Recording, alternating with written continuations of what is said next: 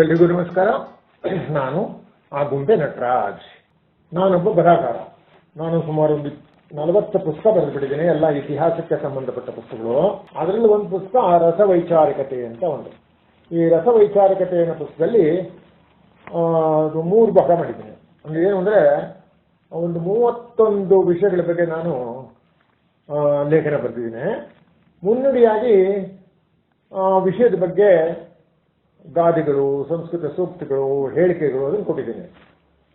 ಬೆನ್ನುಡಿಯಾಗಿ ಪ್ರಸಿದ್ಧ ಕಥೆಗಾರರ ಕಥೆಗಳು ಕೊಟ್ಟಿದ್ದೇನೆ, ಆದರೆ ಅದು ವಿಷಯಕ್ಕೆ ಸಂಬಂಧಪಟ್ಟ ಕಥೆಗಳು. ಸೊ ಈಗ ಈ ಕಥೆಗಳ ಆಧಾರದ ಮೇಲೆ ನಾವು ಸಾಕ್ಷಿ ಚಿತ್ರ ಮಾಡ್ತಾ ಇದ್ದೀವಿ. ಸೊ ಇಂದಿನ ಒಂದು ಸಬ್ಜೆಕ್ಟ್ ವಿಷಯ ಏನಪ್ಪಾ ಅಂದ್ರೆ ಧೈರ್ಯ ಅಂತ. ಇಂಗ್ಲಿಷ್ನಲ್ಲಿ ಇದಕ್ಕೆ ಕರೇಜ್ ಅಂತ ಕರೀತಾರೆ. ಸೊ ಈ ಧೈರ್ಯದ ಬಗ್ಗೆ ಒಂದು ಲೇಖನ ಸಿದ್ಧಪಟ್ಟಿದ್ದೀನಿ. ಈಗ ಧೈರ್ಯದ ಬಗ್ಗೆ ನಾವು ಮಾತಾಡಕ್ಕೆ ಹೋಗ್ತಾ ಇದ್ದೀನಿ. ಧೈರ್ಯಂ ಸರ್ವರ್ಥ ಸಾಧನಂ ಅಂತ ಹೇಳ್ಬಿಟ್ಟಿದ್ದಾರೆ. ಒಂದು ಸಂಸ್ಕೃತದಲ್ಲಿ ಶ್ಲೋಕನೇ ಇದೆ. ಧೈರ್ಯದಿಂದ ಏನನ್ನು ಬೇಕಾದರೂ ಸಾಧಿಸಬಹುದು ಎಂದು ಹಿರಿಯರು ಸಾರಿದ್ದಾರೆ. ಅಂದ್ರೆ ಧೈರ್ಯ ಅಂದ್ರೆ ಏನು, ಡೆಫಿನೇಷನ್ ಕೊಡ್ಬೇಕಲ್ಲ. ಧೈರ್ಯ ಅಂದ್ರೆ ಏನು? ಧೈರ್ಯ ಅಂದ್ರೆ ಅದೊಂದು ಮನಸ್ಸಿನ ಭಾವನೆ, ಒಂದು ಭಾವೋದ್ರೇಕ, ಒಂದು ಅನಿಸಿಕೆ, ಒಂದು ದೃಷ್ಟಿ, ಒಂದು ಪ್ರಜ್ಞೆ, ಒಂದು ಅನುಭವ, ಒಂದು ಮನೋಬಲ, ಎಲ್ಲವೂ ಇದೆ ಒಂದೇ ವರ್ಡಲ್ಲಿ ಧೈರ್ಯ ಅಂದ್ರೆ. ಆದರೆ ಎಲ್ಲರಲ್ಲೂ ಈ ಭಾವನೆ ಕಾಣುವುದಿಲ್ಲ, ಎಲ್ಲರೂ ಧೈರ್ಯವಾಗಿರುವುದಿಲ್ಲ.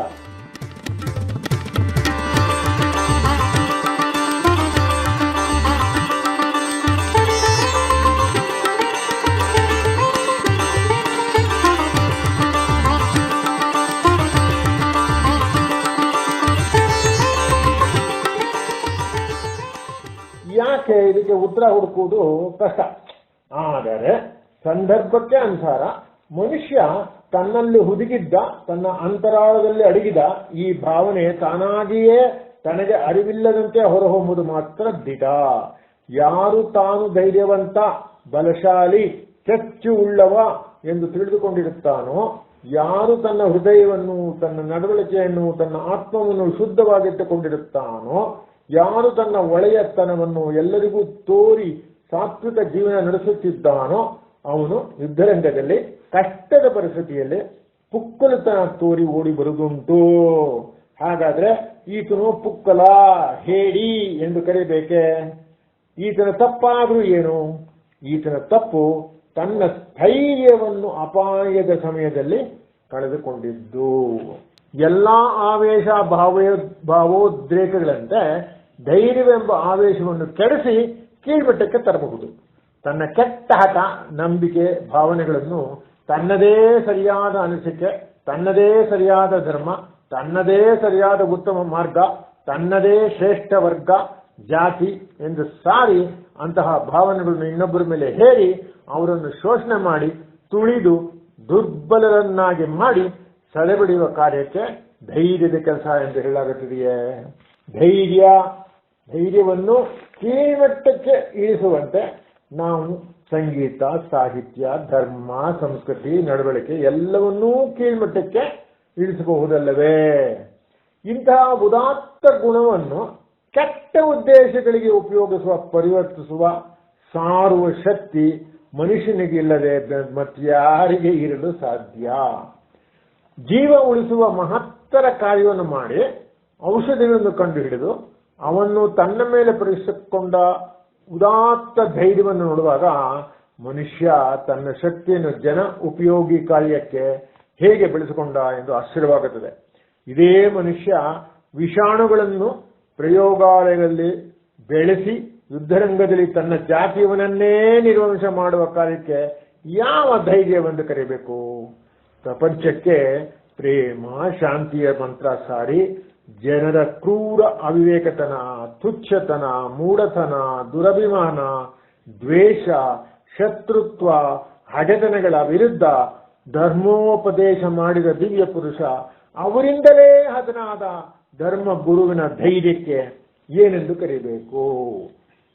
ಇದೇ ಧರ್ಮ ಗುರುವಿನ ಅನುಯಾಯಿಗಳು ತಮ್ಮ ಧರ್ಮ ಸಾರಲು ಕೊಲೆ, ಹಿಂಸೆ, ರಕ್ತಪಾತ ಮಾಡಿ ಇತಿಹಾಸದುದ್ದಾ ತಮ್ಮ ಹೆಸರನ್ನು ಚಿರಸ್ಥಾಯಿಯಾಗಿ ಮಾಡಿದ ಇವರ ಧೈರ್ಯಕ್ಕೆ ಏನೆಂದು ಕರೀಬೇಕು? ತಮ್ಮ ಧರ್ಮವನ್ನು ಸ್ಥಾಪಿಸಲು ಖಡ್ಗ ಹಿಡಿದು ಲಕ್ಷಾಂತರ ಪಾಪದ ಅರಿಯದ ಮುಗ್ಧ ಜನರನ್ನು ಹಿಂಸಿಸಿ ಸಾಯಿಸಿ ಅವರ ಗುಡಿ ಗೋಪುರಗಳನ್ನು ಕೆಡವಿ ನೆಲಸಮ ಮಾಡಿದ ಧರ್ಮಾಂಧ ಪರಮತ ದ್ವೇಷಗಳ ಧೈರ್ಯವನ್ನು ನಾವು ಹೇಗೆ ಕರೆಯಬೇಕು? ಹಾಗಾದರೆ ಧೈರ್ಯ ಅಂದ್ರೆ ಏನು? ಹೇಗೆ ಅದನ್ನು ತೂಕ ಮಾಡುವುದು? ಹೇಗೆ ಅದನ್ನು ಪರೀಕ್ಷೆ ಮಾಡುವುದು? ನಿಜವಾದ ಧೈರ್ಯ ನಿಸ್ವಾರ್ಥತೆಯಲ್ಲಿದೆ. ಇದರಲ್ಲೇ ಅಡಗಿದೆ ಅದರ ದಿಟ್ಟ ಸ್ವರೂಪ. ಇದೇ ಅದರ ಮೂಲ ತತ್ವ. ಸ್ವಾರ್ಥತೆ ಎಲ್ಲಿ ಅಡಗಿದೆಯೋ ಅಲ್ಲಿ ಧೈರ್ಯದ ಅಂಶ ಕಾಣುವುದಿಲ್ಲ. ಎಲ್ಲಿ ನಿಸ್ವಾರ್ಥತೆ ಕಾಣುತ್ತದೆಯೋ ಅಲ್ಲಿ ಧೈರ್ಯ ತುಂಬಿ ತುಳುಕಾಡುತ್ತದೆ. ತನಗಾಗಿ, ತನ್ನ ಸ್ವಂತ ಹಿತಕ್ಕಾಗಿ, ತನ್ನ ಸ್ವಂತ ಕಾರ್ಯಕ್ಕಾಗಿ, ತನ್ನ ತನು ಮನ ಧನ ಕಾಪಾಡಿಕೊಳ್ಳಲು ಸ್ವಾರ್ಥತೆಯಿಂದ ದುಡಿಯುವವನ ಮನಸ್ಸು ಯಾವಾಗಲೂ ಅಧೈರ್ಯದಿಂದ ಹೊಯ್ದಾಡುತ್ತಿರುತ್ತದೆ. ತನ್ನ ಸಕಲವನ್ನೂ ತ್ಯಾಗ ಮಾಡಿ ತನ್ನ ಮನಸ್ಸಿನಲ್ಲಿ ಹೆದರಿಕೆ ಉಂಟಾಗುತ್ತಿದ್ದರೂ ಜೀವನ ಸಂಗ್ರಾಮದಲ್ಲಿ ಕಾದಾಡುವವನೇ ಧೈರ್ಯವಂತ ಎನ್ನುವುದು. ತನ್ನ ಹೃದಯದಲ್ಲಿ ಹೆದರಿಕೆ ಇದ್ದರೂ, ಓಡಿ ಹೋಗೋಣವೆಂಬ ಬಯಕೆ ಇದ್ದರೂ, ತನ್ನವರನ್ನು ಕಾಣುವ ಸೇರುವ ಆಸೆ ಇದ್ದರೂ ಯುದ್ಧರಂಗದಲ್ಲಿ ಕಾದಾಡಿ ಸಾಯುವ ಸೈನಿಕನ ಧೈರ್ಯವೇ ನಿಜವಾದ ಧೈರ್ಯ. ಆಧುನಿಕ ಯುಗದಲ್ಲಿ ಮನಃಶಾಸ್ತ್ರಜ್ಞರು ಧೈರ್ಯತನವನ್ನು ಚಿಕ್ಕಂದಿನಿಂದಲೇ ಕಲಿಸಬಹುದು ಮತ್ತು ಮಕ್ಕಳಿಗೆ ಕಲಿಸಲೂಬಹುದು ಎಂದು ಅಭಿಪ್ರಾಯಪಟ್ಟಿದ್ದಾರೆ. ಉದಾಹರಣೆಗಾಗಿ ನಾವು ಮರಾಠ ಚಕ್ರಾಧಿಪತ್ಯ ಸ್ಥಾಪಿಸಿದ ಶಿವಾಜಿ ಮಹಾರಾಜನ ಬಾಲ್ಯ ಕಥೆಗಳನ್ನು ಸ್ಮರಿಸಬಹುದು. ಪುರಾಣ ಪುಣ್ಯ ಕಥೆಗಳು, ರಾಮಾಯಣ ಮಹಾಭಾರತಗಳಲ್ಲಿ ಕೂಡ ಧೈರ್ಯತನದ ಉದಾಹರಣೆ ಸಾವಿರಾರು ರೀತಿಯಲ್ಲಿ ಹರಿದು ಬಂದಿವೆ. ಧೈರ್ಯವೆಂದರೆ ಉದ್ದೇಶಪೂರ್ವಕದಿಂದ ಸಾವಧಾನದಿಂದ ತೆಗೆದುಕೊಂಡ ತೀರ್ಮಾನ. ಅದು ಒಳ್ಳೆಯತನಕ್ಕೆ, ಒಳ್ಳೆಯ ಉದ್ದೇಶಗಳಿಗೆ, ಒಳ್ಳೆಯ ಕಾರ್ಯಗಳಿಗೆ ಒಳಿತನ್ನು ಮಾಡಲಿಕ್ಕೆ ಆಗಿರಬಹುದು. ಕೈಲಾಗದಿದ್ದಾಗ್ಯೂ ತನ್ನ ಶಕ್ತಿ ಮೀರಿ ಕೈಗೊಂಡ ಘನ ಕಾರ್ಯಗಳಿಗೂ ಧೈರ್ಯತನ ಕೆಚ್ಚು ಎಂದು ಹೇಳುತ್ತಾರೆ. ಧೈರ್ಯವಿದ್ದರೆ ಯಶಸ್ಸು ಖಂಡಿತ ಎನ್ನುವುದು ಸಂದೇಹಾಸ್ಪದ. ಆದರೆ ಧೈರ್ಯದಿಂದ ಕೆಲಸ ಮಾಡಿದರೆ ಅದು ಯಶಸ್ಸು ಕಾಣದಿದ್ದರೂ ಸುಮ್ಮನೆ ಕೈಕಟ್ಟಿ ಕುಳಿತು ಏನನ್ನೂ ಸಾಧಿಸದಿರುವುದಕ್ಕಿಂತ ಅದು ಲೇಸು. ಒಂದು ಹೇಳಿಕೆ ಇದೆ, ಅದು ಅದ್ಭುತವಾದ ಹೇಳಿಕೆ. ಧೈರ್ಯದಿಂದಿರೋ, ಪ್ರಚಂಡ ಶಕ್ತಿಗಳು ನಿನ್ನ ನೆರವಿಗೆ ಬರುತ್ತವೆ. ಈಗ ಧೈರ್ಯದ ಬಗ್ಗೆ ಎಷ್ಟೆಲ್ಲ ಮಾತಾಡಿತು. ಇನ್ನು ಇದೇ ವಿಷಯದ ಬಗ್ಗೆ ಒಂದು ಕಥೆ ಇದೆ.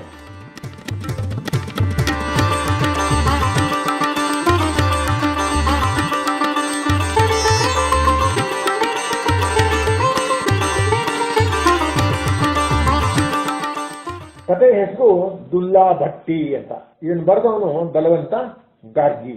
ಇದು ಅಕ್ಬರ್ ಕಾಲದ ಭಾಷಾ. ಇದನ್ನೆಲ್ಲ ಅಕ್ಬರ್ ಭಾಷಾ ಅವನ ಕಾಲದಲ್ಲಿ ನಡೆದಿದ್ದು ಅಂತ ಹೇಳಲಾಗಿದೆ. ಸೊ ಇದನ್ನು ನಾನು ಹೇಳ್ತಾ ಇದ್ದೆ. ಮಗ ಲಾಹೋರ್ ನಗರದ ಹತ್ತಿರವಿದ್ದ ಸಾಂದರ್ಬಾರ್ ಪ್ರಾಂತದ ಮುಸಲ್ಮಾನ ಭಟ್ಟಿ ರಾಜ್ಪೂತರು ಬಾದಶಾಹನಿಗೆ ಕರ ಒಪ್ಪಿಸಲು ನಿರಾಕರಿಸಿದರು. ಅವಾಗೆಲ್ಲ ರಾಜ್ಪೂತರೆಲ್ಲ ಫೋರ್ಸ್ಫುಲ್ ಆಗಿ ಅವ್ರನ್ನೆಲ್ಲ ಇಸ್ಲಾಂ ಮತಕ್ಕೆ ಮತಾಂತರ ಮಾಡಿಬಿಡ್ಲಾಗ್ತದೆ. ಆಗ ಆ ರಾಜ್ಪೂತರಿಗೆ ಇಂದಿಗೂ ಕೂಡ ಆ ಥರ ಮತಾಂತರ ಆದವರು ಅಲ್ಲಿ ಆ ರಾಜ್ಪೂತರದ ಒಂದು ಅಭಿಮಾನ, ಅವರ ಒಂದು ಹೋರಾಡುವ ಕೆಚ್ಚು ಇಂದು ಇದೆ ಅವರಲ್ಲಿ. ಮುಸ್ಲಿಮಾನ್ ಆದರೂ ಕೂಡ ಅವರು ಒರಿಜಿನಲಿ ನಾವು ರಾಜ್ಪೂತರಾಗಿದ್ದು ಅದು ಅವ್ರಿಗೆ ಬಿಟ್ಟು ಹೋಗಿಲ್ಲ. ಸೊ ಈ ಕಥೆ ಕೂಡ ಅದನ್ನು ತೋರಿಸುತ್ತೆ. ಏನಾಯ್ತು ಅಂದ್ರೆ ಕೊನೆಗೆ ಮೊಘಲ್ ಸೈನ್ಯ ಏನಾಯ್ತು, ಸಾಂದಲ್ಬಾರಿನ ಮೇಲೆ ಆಕ್ರಮಣ ಮಾಡಿತ್ತು. ಈ ಮೊಘಲ್ರೆ ಬೇರೆ, ಆ ಮೊಘಲ್ದು ಗೊತ್ತಲ್ಲ ನಮಗೆ. ಮಂಗೋಲ್ ಇನ್ವೇಷನ್ ಆಯ್ತು, ಅವ್ರು ಡೆಲ್ಲಿನ ಆಕ್ರಮಿಸ್ಕೊಂಡ್ರು. ಅವಾಗ ಅಕ್ಬರ್ ಆಗ್ತಾ ಇದ್ದ. ಆ ಅಕ್ಬರ್ನ ಸೈನ್ಯ ಸಂದರ್ಬಾರ್ ಪ್ರಾಂತ್ಯದ ಮುಸಲ್ಮಾನ್ ಭಟ್ಟಿ ರಾಜ್ಪೂತರಿದ್ರಲ್ಲ ಅವ್ರ ಮೇಲೆ ಆಕ್ರಮಣ ಮಾಡಿದ್ರು. ಸರ್ದಾರ್ ಫರೀದ್ರನ್ನು ಅವನ ತಂದೆಯನ್ನು ಸೆರೆ ಹಿಡಿದು ಕರ್ಕೊಂಡು ಹೋದ್ರು. ಸೈನ್ಯ ಬಂದು ಸೋಲ್ಸ್ಬಿಟ್ರು, ಹೆಡೆಮೂರಿಗೆ ಕಟ್ಟಿ ಅಕ್ಬರ್ನ ಮುಂದೆ ನಿಲ್ಲಿಸಿದಂತೆ. ಬಾಷಾ ಪ್ರಶ್ನಿಸಿದಾಗ ಆ ಫರೀದನ್ನು ಗರ್ವದಿಂದ ಉತ್ತರ ಕೊಟ್ಟ. ಜೊತೆಗೆ ಮೊಘಲರನ್ನು ಬಾಯಿಗೆ ಬಂದನ್ನು ಬೈಲಾರಸಿದಂತೆ. ಬಾಷಾ ಕಿಡಿಕಿಡಿಯಾದ, ಅಪ್ಪಣೆ ಮಾಡಿದ, ಕಟಕಡೆ ಈ ವಿದ್ರೋಹಿಗಳ ತಲೆ ಕತ್ತರಿಸಿ ಹೆಬ್ಬಾಗಿಲಿಗೆ ತೂಗು ಹಾಕಿ ಇವರ ಚರ್ಮವನ್ನು ಸುಲಿದು ಅದರಲ್ಲೂ ಹೊಟ್ಟು ತುಂಬಿ ಅಂತ ಆರ್ಡರ್ ಕೊಟ್ಬಿಟ್ಟ. ತಂದೆ ಮಗ ಇಬ್ರು ಹತ್ರ ಆದ್ರು.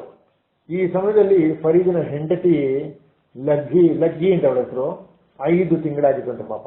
4 ತಿಂಗಳ ನಂತರ ಭಾನುವಾರದ ದಿನ ಅವಳಿಗೆ ಗಂಡು ಮಗ ಹುಟ್ಟಿದ. ಅವನ ಹೆಸರು ದುಲ್ಲಾ ಅಂತ ಆಯ್ತು. ಪಾಪ ಫರೀದ್ ಅವನು ಸತ್ತೋದ್ನಲ್ಲ, ಅವನ ಹೆಂಡತಿ 5 ತಿಂಗಳು ಬಸರಾಗಿದ್ಲು, ಗಂಡನ ಕರ್ಕೊಂಡಿದ್ಲು. ಆದ್ರೂ ಕೂಡ ಅವಳು ಅವನ ಧೈರ್ಯದಿಂದ ಬದುಕುಳಿದ್ಲು. ಅವನಿಗೆ ಅವಳಿಗೆ ಗಂಡು ಮಗ ಹುಟ್ಟಿದಾದ್ಮೇಲೆ ಹೆಸರು ದುಲ್ಲಾ ಅಂತ ಹೆಸರಿಸ್ಬಿಟ್ಟು. ದುಲ್ಲಾ ಒಳ್ಳೆ ಚೆನ್ನಾಗಿದೆ ನೋಡಕ್ಕೆ, ಹುಡುಗ ಒಳ್ಳೆ ಚೆನ್ನಾಗಿದ್ದಂತೆ, ಅಗಲವಾದ ಹಣೆ, ಮಾದಕವಾದ ಕಣ್ಣುಗಳು. ಅವನ ಅಪ್ಪುವನ್ನು ಕಂಡು ತಾಯಿ ನಡಗಿದ್ದಂತೆ. ಅವನ ಹಣೆಯನ್ನು ನೋಡಿ ಹೇಳಿದಂತೆ, ಈ ಶೂರ ಪುತ್ರ ತನ್ನ ತಂದೆ ಸಾವಿಗೆ ಸೇಡು ತೀರಿಸಿಕೊಡುತ್ತಾನೆ ಅಂತಂದಂತ ಅನ್ಕೊಂಡಂತೆ. ಸೊ ತಂದೆ ಮೇಲೆ ಮೊಹರನ್ನು ಹಾಕಿದ್ಲು. ಆದ್ರೆ ಜೊತೆಗೆ ಅವಳ ಹೃದಯ ಕಂಪಿಸಿದಂತೆ. ಯಾಕೆಂದ್ರೆ ಅದೇ ದಿನ, ಇವನು ಹುಟ್ಟಿದ ದಿನನೇ ಅಕ್ಬರ್ ಮನೆಯಲ್ಲಿ ಒಬ್ಬ ಮಗ ಹುಟ್ಟಿದ. ಅವನಿಗೆ ಶೇಖು ಅಂತ ಹೆಸರಿಟ್ರು. ಅವನೇ ಮುಂದೆ ಜಹಾಂಗೀರ್ ಎಂಬ ಹೆಸರಿನಿಂದ ಪ್ರಸಿದ್ಧನಾದ. ತನ್ನ ಮಗ ದೊಡ್ಡವನಾದ ಮೇಲೆ ನ್ಯಾಯಪ್ರಿಯನಾಗಿಯೂ ಶೂರವೀರನಾಗಿಯೂ ಆಗಬೇಕೆಂಬುದು ಅಕ್ಬರ್ನ ಆಸೆ ಆಗಿತ್ತು. ಜ್ಯೋತಿಷಿಗಳು ನಕ್ಷತ್ರವನ್ನು ಗುಣಿಸಿ ಬಾದ್ಶಾಗೆ ನಿವೇಶಿಸಿದ್ರಂತೆ. ಹುಜೂರ್, ಮೊದಲು ದಾನ ಧರ್ಮಗಳನ್ನು ಮಾಡ್ರಿ, ಜನರಿಗೆ ದಯ ತೋರಿಸಿ, ಅನಂತರ ರಾಜ್ಯದಲ್ಲಿ ರಾಜ್ಪೂರ್ನ ಹುಟ್ಟಿದ ದಿನವೇ ಗಂಡು ಮಗುವಿಗೆ ಜನ್ಮ ಕೊಟ್ಟಿರುವ ರಾಜಪೂತ್ ತಾಯಿಯನ್ನು ಹುಡುಕಿರಿ. ಶಹಜಾದ ಅಂತಹ ತಾಯಿಯ ಹಾಲು ಕುಡಿದು ಬೆಳೆದು ವೀರನಾಗಿಯೂ ಅಜೇಯನಾಗಿಯೂ ಆಗುತ್ತಾನೆ ಎಂಬುತ್ತಾರಂತೆ. ಬಾದಶಾ ಎಲ್ಲರನ್ನು ವಿಚಾರಿಸ್ತಾ ಆಗ ಒಬ್ಬ ಸಾಧು ದರ್ಬಾರಿಗೆ ಬಂಧಿಸ್ತಾ, ಬಾದಶಾರೇ, ನೀವು ಕೊಲ್ಲಿಸಿದ ಫರೀದ್ ಭಟ್ಟಿಯ ಹೆಂಡತಿ ಲಗ್ಗಿ ಅಂತ ಇದ್ದಾಳಲ್ಲ, ಅವಳು ಧೈರ್ಯವಂತಳೋಳು, ಗಂಡಸರಂತೆ ಸಾಹಸಿ. ಶಹಜಾದ ಹುಟ್ಟಿದ ಭಾನುವಾರವೇ ಅವಳಿಗೂ ಒಬ್ಬ ಮಗ ಹುಟ್ಟಿದ್ದಾನೆ ಅಂತ ಸುದ್ದಿ ಕೊಟ್ಬಿಡ್ತಾರೆ. ಸೊ ಬಾದಶಾನಿಗೆ ಒಳ್ಳೆ ತುಂಬಾ ಸಂತೋಷ ಆಯ್ತಂತೆ. ಅವನು ಆ ವೀರ ಸ್ತ್ರೀಯನ್ನು ತನ್ನ ಮನೆಗೆ ಕರೆಸಿಕೊಳ್ಳೋ ಬದಲು ಮಗು ಶೇಖುವನ್ನೇ ರಾಜಮರ್ಯಾದೆಯಿಂದ ಅವಳದ್ದೇ ಕರೆಸಿಬಿಟ್ಟಂತೆ.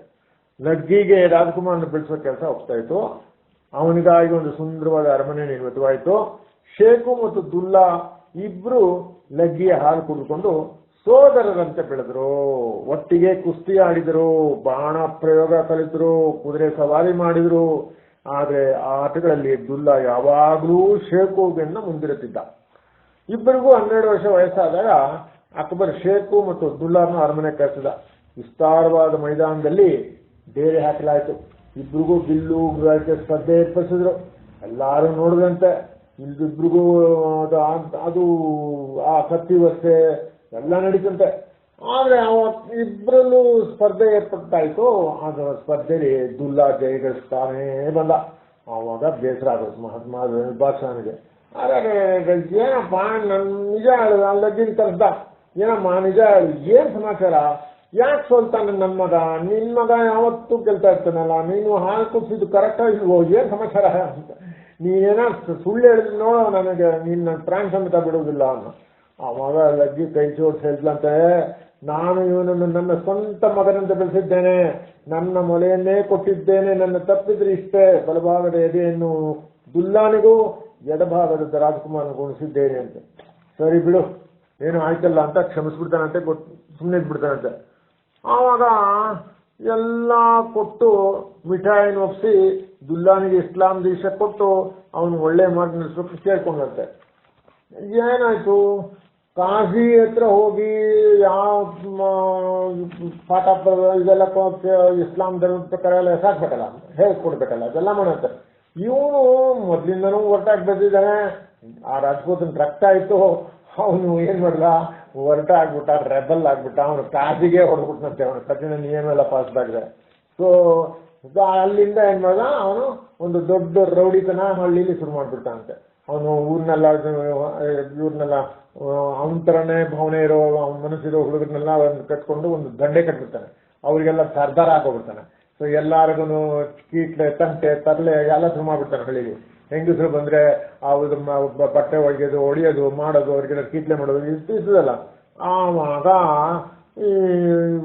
ಒಬ್ಳು ಹೇಳೋದಂತ ಒಂದು ಹೆಂಗಸು, ಇವ್ರದ್ದೆಲ್ಲ ಆಟ ನೋಡ್ಬಿಟ್ಟು, ಆಟ ಅನ್ನೋದು ಬದಲು ದುರಾಚಾರ ಎಲ್ಲ ನೋಡ್ಬಿಟ್ಟು ಅವಳು ಹೇಳಿದಂತೆ, ಅಲ್ಲಪ್ಪ ದುಲ್ಲ, ಹೆಂಗಸರ ಕೊಡ ಹೊಡಿತಿ, ಹೆಂಗಸರ ಹತ್ರ ಬಂದು ಗಲಾಟೆ ಮಾಡ್ತಿ, ನೀನು ಒಳ್ಳೆ ಈ ಧೈರ್ಯ ಆದ್ರೆ ನೀನು ಯಾಕೆ ನಿನ್ನ ತಂದೆ ತಾತಂದ ಸಾವಿನ ಸೇಡನ್ನೇಕೆ ತೀರಿಸಿಕೊಳ್ಳುವುದಿಲ್ಲ? ಹೋಗು, ನಿನ್ನ ತಂದೆನ ಸಾಯಿಸಿದವರು, ನಿಮ್ಮ ತಂದೆ ಮುತ್ತಾತನ ಸಾಯಿಸಿದವನು ಭಾಷೆ ಆಗಿದನಲ್ಲ, ಅವನ ವಿರುದ್ಧ ಹೋರಾಡಯ್ಯ. ನೀನ್ ಹೆಂಗಸ್ರ ಮುಂದೆ ಯಾಕೆ ನೀನು ಪೌರುಷ ಎಲ್ಲ ತೋರಿಸ್ತೀಯ ಅಂತ ಹೇಳ್ಬಿಡಂತೆ.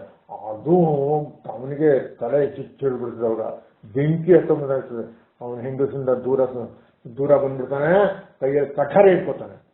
ಅವಾಗ ಅವನಿಗೆ ಇದು ಬರ್ತದೆ, ನಾನು ನಮ್ಮ ತಂದೆನ ತಾತನ ಮಾಡಿದ್ನಲ್ಲ, ಸೆರೆ ಹಿಡಿದು ಅವರಿಗೆ ಬಲಿದಾನ ಮಾಡಿದ್ದು, ಅವರಿಗೆ ಕೊಲೆ ಮಾಡಿದ್ದು ಭಾಷೆಯ ಮೇಲೆ ನಾನು ಪ್ರತೀಕಾರ ತಗೋಬೇಕು ಅಂತ ಹೇಳಿ ಒಂದು ಮನಸ್ಸು ಸೀದಾ ಹೋಗ್ತಾನಂತೆ ತಂದೆಗೆ.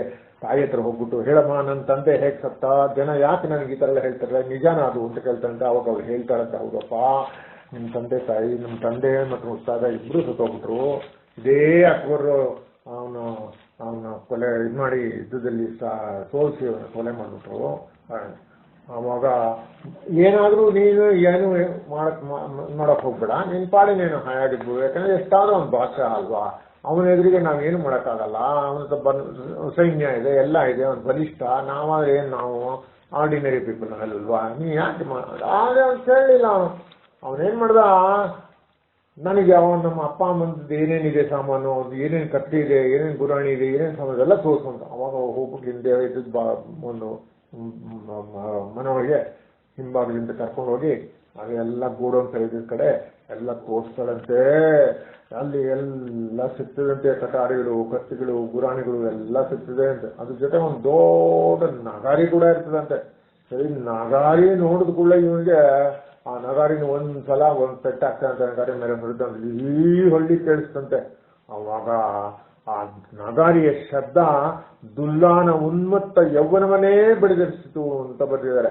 ಸೇಡಿನ ಕಳೆ ಅಕ್ಬರ್ನ ಅರಮನೆ ಗೋಡೆಗಳಿಗೆ ಬಡಿಯುತ್ತಂತೆ. ಸಂದಲ್ ಬಾರಿನಲ್ಲಿ 16 ವರ್ಷದ ನಂತರ ಈ ನಗಾರಿ ಶಬ್ದ ಮಾಡ್ತೀವಿ ಅಂದ್ರೆ ಸುದ್ದಿ ಅಕ್ಬರಿಗೆ ತಲುಪಿತು.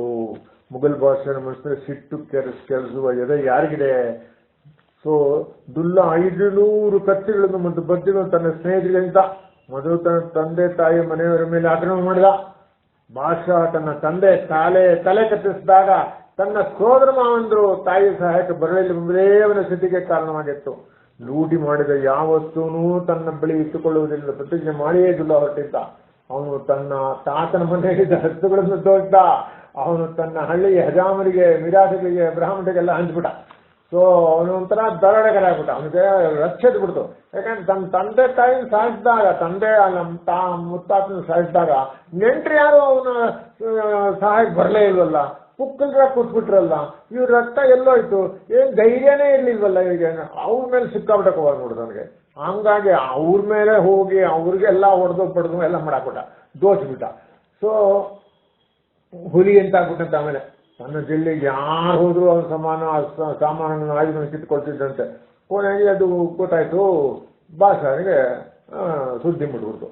ಆವಾಗ ಬಾದಶಾಹ ಏನ್ ಮಾಡ್ತಾನಂತೆ, ನೀವು ಒಬ್ಬ ನಿಜಾಮುದ್ದೀನ್ ಅಂತ ಒಬ್ಬ ಸೈನ್ಯಾಧಿಕಾರಿ ಜೊತೆಗೆ ಅವನ ಕೈ ಕಡೆಗೆ ಸೈನ್ಯ ಕಟ್ಬಿಟ್ಟು, ಹೋಗಪ್ಪ ನೀನು ಯುದ್ಧ ಮಾಡೋ, ಅವನು ಸರಿ ಹಿಡಿದು ಕರ್ಕೊಂಡು ಬಾ ಅಂತ ಹೇಳ್ತಾನೆ. ಸೊ ಎಲ್ಲ ಜಗದಾಟನ ಒಗ್ಗೂಡಿಸಂತೆ ತಾನು ಒಂದು ಸೈನ್ಯ ಮಾಡ್ಬಿಡ್ತಾನೆ. ಈಗ ಮಧ್ಯೆ ಒಂದು ಸೈನ್ಯ ಮಾಡ್ಕೊಂಡಿದ್ದಲ್ಲ. ಸೊ ಅನೇಕ ದಿನಗಳಿಗೆ ಇಬ್ರು ಮಧ್ಯ ಯುದ್ಧ ನಡೀತಲೇ ಇತ್ತಂತೆ. ಕೊನೆಗೆ ನಿಜಾಮುದ್ದೀನ್ ಸೈನ್ಯ ಮೊಘಲ್ ಸೈನ್ಯ ಹಿಮ್ಮೆಟ್ಟಿ ವಾಪಸ್ ಹೋಯ್ತಂತೆ.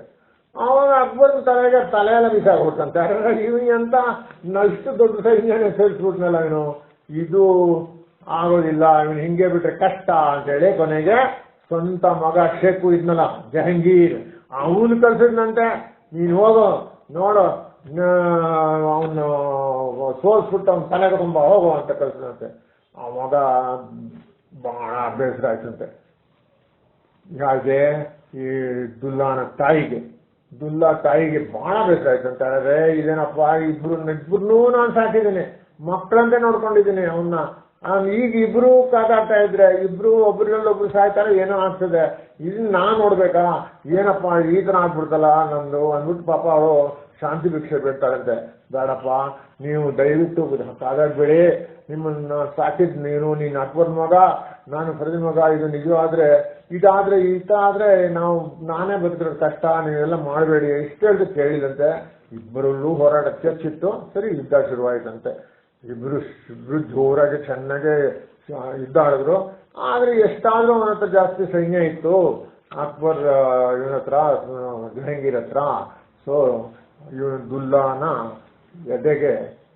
ಎದೆಗೆ ಕಟಾರಿ ಹಾಕಿ ಅಂತೂ ಅವ್ನು ಸಾಯಿಸ್ಬಿಟ್ಟಂತೆ, ಸತ್ತೋಗ್ತಾನೆ. ಎಲ್ಲರೂ ಬಹಳ ಅದು ಸಂದರ್ಭಾರಿನ ಬಂಡಾಯಗಾರ ಸ್ವಾಭಿಮಾನ ದುಲ್ಲಾ ಎಂದೂ ಹೇಳದ ನಿದ್ದೆಯಲ್ಲಿ ಮುಳುಗ್ಬಿಟ್ಟಂತೆ ಪಾಪ. ದುಲ್ಲಾ ಯುದ್ಧದಲ್ಲಿ ಸೋತನೆಂಬುದು ನಿಜ, ಆದರೆ ಜನರ ಹೃದಯದಲ್ಲಿ ಎಂದೆಂದಿಗೂ ಉಳಿದ ಅವನ ಸ್ವಾಭಿಮಾನದ ಗೀತೆ ಎಲ್ಲೆಲ್ಲೂ ಧ್ವನಿಸಿತು. ಅವನ ಶೌರ್ಯದ ಕತೆ ಎಲ್ಲ ಕಡೆ ಪ್ರಚಲಿತವಾಯಿತು. ಆ ದಿನದಿಂದ ಅವನ ಊರಿನ ಹೆಸರು ದುಲ್ಲೇವಾರಿ ಎಂದೇ ಆಯಿತು ಅಂತ ಈ ಕಥೆಗಾರ ಬರೆದಿದ್ದಾನೆ. ಏನೇ ಇದೊಂದು ಶೌರ್ಯದ ಕಥೆ, ಇದೊಂದು ಸೇಡು ತೀರಿಸ್ಕೊಳ್ಳೋ ಕಥೆ. ಇದು ಇಬ್ರೂ ಕೂಡ ಮುಸ್ಲಿಮ್ಸ್ ಆದ್ರೂ ಕೂಡ ರಕ್ತ ಇಬ್ರು ಹಂಚಿದ್ರು, ಒಬ್ರಿಗೊಬ್ರು ಹಂಚ್ಕೊಂಡ್ರು. ಇಬ್ರು ಅಣ್ಣ ತಮ್ಮಂದ್ರೆ ಬೆಳೆದ್ರು ಕೂಡ ಅಣ್ಣ ತಮ್ಮಂದ್ರೆ ಕಿತ್ತಾಡಿ ಒಂದೇ ತಾಯಿ ಇದಕ್ಕೆ ಕುಡಿದು ಸ್ತನಪಾನ ಮಾಡಿದ್ರು ಕೂಡ ಕೊನೆಗೆ ಅಂತಿಮವಾಗಿ ಇಬ್ರು ಕಾದಾಡಿ ಒಬ್ರಿಗೊಬ್ರಿಗೆ ಅವರು ರಕ್ತ ಹಂಚ್ತಾರೆ. ಇದೊಂದು ಕತೆ ಬಹಳ ಚೆನ್ನಾಗಿದೆ. ಒಂಥರ ಮನಸ್ಸು ಒಂಥರ ಕಲ್ಕೋ ತರ ಇದೆ. ಅಂದ್ರೆ ಧೈರ್ಯವಾಗಿ ನಾನು ಸತ್ರು ಚಿಂತೆ ಇಲ್ಲ, ನಾನು ಸೇಡ್ ತೀರ್ಸ್ಕೋಬೇಕು, ನಾನು ಸ್ವಾಭಿಮಾನ ಇಟ್ಕೋಬೇಕು ಅನ್ನೋದು ಅವನ ಮನಸ್ಸಲ್ಲಿ ಬಂದಿದ್ದು ಇಂದಿಗೂ ಅದು ನಮಗೆ ಮನಸ್ಸಲ್ಲಿ ಬಲವಾಗಿ ಬೇರಿದೆ ಅಂತ ಹೇಳ್ಬೋದು. ಸೊ ಇಲ್ಲಿಗೆ ಈ ಕಥೆನ ನಾನು ಸೈಡ್ ಮಾಡ್ತಾ ಇದ್ದೀನಿ. ಎಲ್ಲರಿಗೂ ನಮಸ್ಕಾರ, ಎಲ್ಲರಿಗೂ ಶುಭವಾಗಲಿ.